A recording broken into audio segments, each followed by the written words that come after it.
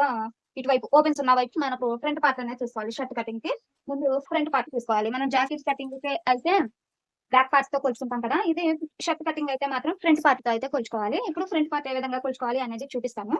First మనం కొలుచుకోవాల్సింది ఏంటంటే ఇట్లా ఫ్రంట్ అనేది ఇట్లా పొడవు కొలుచుకోవాలి. ఇక్కడ ఈ కాలర్ దగ్గర ఉంటుంది, ఇలా ఇలా స్టార్టింగ్ ఉంటుంది కదా, ఇక్కడ కొలుచుకోవాలి. ఎందుకంటే ఇక్కడ క్రాస్ అనేది కట్ చేస్తాము, అందుకు ఇక్కడ ఎక్కువ ఉంటుంది.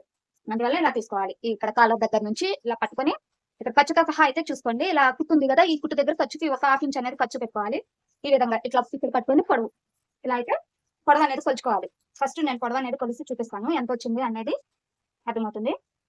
ఇక్కడ చూడండి, ఇదిగో ఇక్కడ ఇలా ఖర్చుతో ఇది కుట్టు కదా, ఇక్కడ కుట్టు అయితే ఉంది, ఇక్కడ ఖర్చు ఎంత వచ్చింది అనేది పొడవు ఇదిగో 20 అంగుళాలు అయితే వచ్చింది.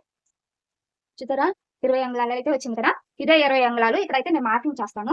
ఫస్ట్ మనం పట్టీ కోసం ఇలా పట్టీ వేస్తాం కదా, కాజా పట్టీ, ఈ పట్టీల కోసం అయితే ఫ్రంట్ పార్ట్ లో ఇట్లా 1.5 అంగుళం అయితే ఇలా మార్కింగ్ అనేది వదిలేసుకోవాలి. ఈ ఓపెన్స్ ఉన్న వైపున ఇక్కడ నేను మార్కింగ్ అయితే 1.5కి ఇలా లైన్ గా చేస్తాను.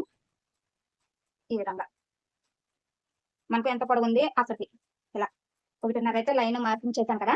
ఇప్పుడు మనకు పొడవు అనేది ఈ చివరి వైపు కూడా పట్టీ ఫోల్డింగ్ చేసుకుంటాం కదా షర్ట్ కి, దానికోసం కూడా 1.5 అనమాట. దానికోసం కూడా 1.5 అయితే ఇట్లా మార్కింగ్ చేసుకోవాలి. ఈ విధంగా షర్ట్ బాగు ఇలా వెడల్పు అనేది 1.5కి మార్కింగ్ చేసుకున్న తర్వాత ఇప్పుడు పొడవు అనేది మనం పెట్టుకోవాలి. ఈ లైన్ దగ్గర నుంచి, ఈ పట్టీ మార్కింగ్ చేసుకున్నాం కదా, ఈ లైన్ దగ్గర నుంచి ఇప్పుడు మనకి 20